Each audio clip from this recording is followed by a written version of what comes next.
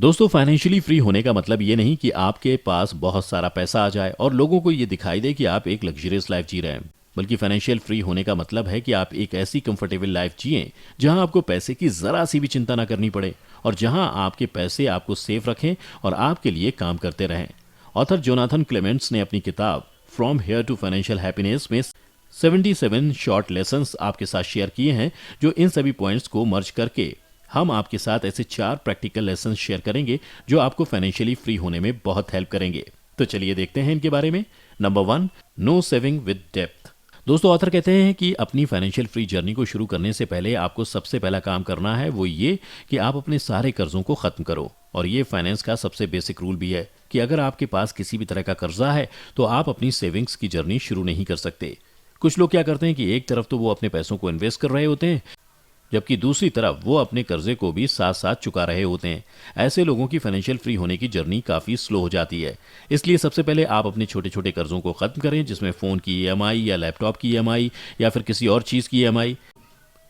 ऐसे छोटे छोटे कर्जों को आपको खत्म करना है। अगर कोई बड़ा कर्जा जैसे कि हाउस लोन चल रहा है तो उसे एक बार के लिए आप साइड कर सकते हैं या उसे छोड़ सकते हैं, लेकिन बाकी कर्जों को आपको खत्म करना होगा। इसके अलावा आपको क्रेडिट कार्ड को लेकर भी सावधान रहने की जरूरत है, क्योंकि अक्सर देखा जाता है कि क्रेडिट कार्ड के चक्कर में लोग अपने ऊपर काफी ज्यादा कर्जा इकट्ठा कर लेते हैं और एक समय के बाद उनको पता भी नहीं लगता कि उनका इंटरेस्ट बढ़ता जाता है, जिस वजह से वो धीरे धीरे करके काफी ज्यादा कर्जे में चले जाते हैं। इसलिए ऑथर ने अपनी बुक में ये सलाह दी है कि कभी भी क्रेडिट कार्ड का इस्तेमाल ना करें। इसके बजाय आप और क्या कर सकते हैं यह आपको 4th पॉइंट में पता चलेगा। लेकिन फिलहाल आप अपने सारे कर्जों को जितना हो सकता है जल्दी खत्म कर लें और उसके बाद अपनी सेविंग्स की जर्नी को अच्छे से शुरू करें। Number 2, financial safety net. दोस्तों, आपके साथ ऐसा अक्सर होता होगा कि आपके घर की चीजें खराब हो जाती हैं, जैसे कि आपका फोन ठीक से काम नहीं कर रहा या फिर आपका टीवी नहीं चल रहा या आपका फ्रिज खराब हो गया। जैसे कि एक इंसान का मान लो अगर लैपटॉप खराब हो गया और ऐसे में उसके पास उसे ठीक करवाने के पैसे नहीं हैं, क्योंकि उसे ठीक करवाने के लिए ज़्यादा पैसे की ज़रूरत होगी।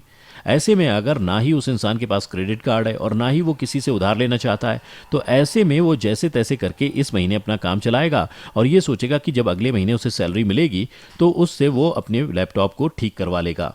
दोस्तों, देखा जाए तो ज़्यादातर लोग प्रॉब्लम आने पर ऐसा ही करते हैं। या तो वो अपने क्रेडिट कार्ड का इस्तेमाल करते हैं या फिर वो अपनी आने वाली सैलरी का वेट करते हैं और ये सोच लेते हैं कि कुछ भी हुआ तो वो नेक्स्ट मंथ देख लेंगे, या फिर वे ईएमआई भी बनवा लेते हैं अपने काम को करवाने के लिए।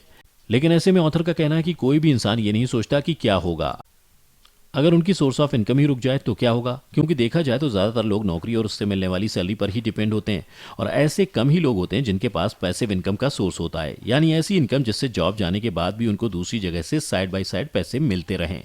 लेकिन ऐसा कम ही लोगों के पास होता है और कोविड के समय में तो हर किसी ने इस चीज़ को महसूस किया कि जब काफ़ी लोगों को अपनी नौकरी से हाथ धोना पड़ा।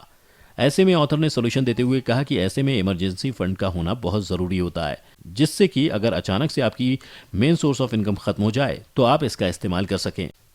और इसके लिए आपको पहले से ही इसमें थोड़े थोड़े पैसे जमा करके रखने होंगे ताकि ज़रूरत पड़ने पर ये काम आ सकें। और ये आपको हॉलीडे पर जाने या किसी महंगी चीज़ को खरीदने में खर्च नहीं करना है, बल्कि आपको इसे बचाकर रखना है ताकि अगर आपकी जॉब चली जाए तो जब तक आपको दूसरा काम नहीं मिलता तब तक आप आसानी से अपना गुजारा चला सकें।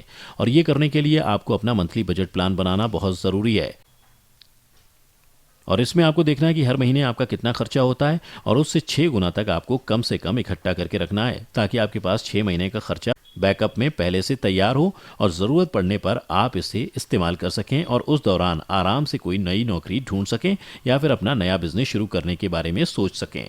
Number 3, invest conservatively and buy stocks with caution to increase your wealth. इसमें ऑथर ने बताया कि फाइनेंशियली फ्री होने के लिए इन्वेस्ट करना सबसे ज़्यादा ज़रूरी है। आप जितने भी दुनिया में अमीर से अमीर इंसान को देख लो, हर कोई अपने पैसों को इन्वेस्ट करता है और इन्वेस्ट करते करते ही वो आज इस मुकाम तक पहुंचे हैं। और इन्वेस्ट करने के लिए स्टॉक मार्केट एक अच्छी जगह हो सकती है जहां आपको ना सिर्फ अच्छे रिटर्न्स मिलेंगे बल्कि कंपनी आपको कई बार डिविडेंड्स भी पे करती है, मतलब अपने प्रॉफिट का कुछ % भी कंपनी अपने शेयर होल्डर्स के साथ शेयर करती है। ऐसे में अगर आप लंबे समय का और फ्यूचर का सोच के चलते हैं तो इससे बेहतर कोई ऑप्शन नहीं है। आपको सिर्फ ऐसी कंपनी पर इन्वेस्ट करना है जिस पर आप ट्रस्ट करते हैं। आप जिस कंपनी के प्रोडक्ट्स सालों से इस्तेमाल कर रहे हो, आपको उनके प्रोडक्ट्स अच्छे लगते हो और आप उन पर ट्रस्ट करते हो, ऐसी कंपनीज पर आप आराम से इन्वेस्ट कर सकते हैं।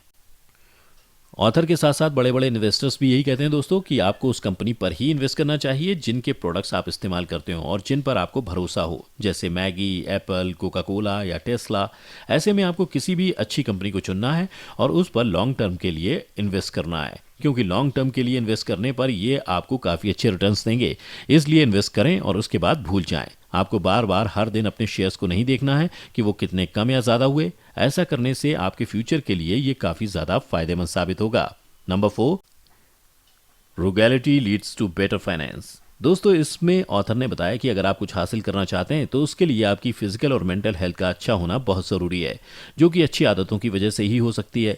जबकि अगर आप में बुरी आदतें होंगी तो इसका असर ना सिर्फ आपकी सेहत पर पड़ेगा, बल्कि आप ना ही अपने पैसों को बचा पाएंगे और ना ही कामयाब इंसान बन पाएंगे।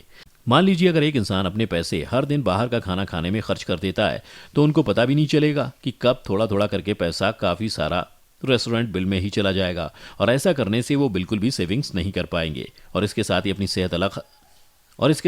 सेहत अलग खराब करेंगे, वो अलग।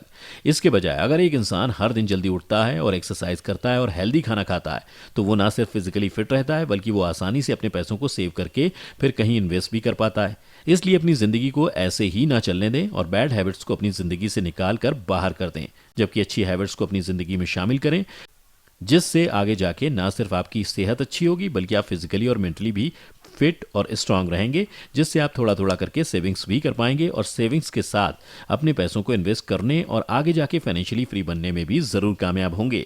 इसलिए आज से ही बैड हैबिट्स को अपने अंदर से बाहर निकाल फेंकें और गुड हैबिट्स को अपनाएं, जो आपकी फाइनेंशियल फ्रीडम की जर्नी को और ज़्यादा स्ट्रांग बना के उसे आसानी से हासिल करने में मदद करेगी।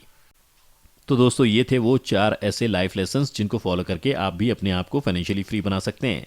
आज की वीडियो में बस इतना ही। हमें उम्मीद है कि आप इन सभी बातों को ज़रूर ध्यान में रखेंगे और साथ ही हमें अपने एक्सपीरियंस कमेंट करके ज़रूर बताएंगे। इसके अलावा अगर आपको हमारा वीडियो अच्छा लगा और आप ऐसी और भी एंटरटेनिंग वीडियोस देखना चाहते हैं तो हमारे चैनल एपी दुबे को लाइक करें, सब्सक्राइब करें और साथ ही बेल आइकन को प्रेस करना ना भूलें, ताकि आपको लगातार हमारे चैनल से जुड़े सभी अपडेट्स मिलते रहें। तब तक के लिए धन्यवाद।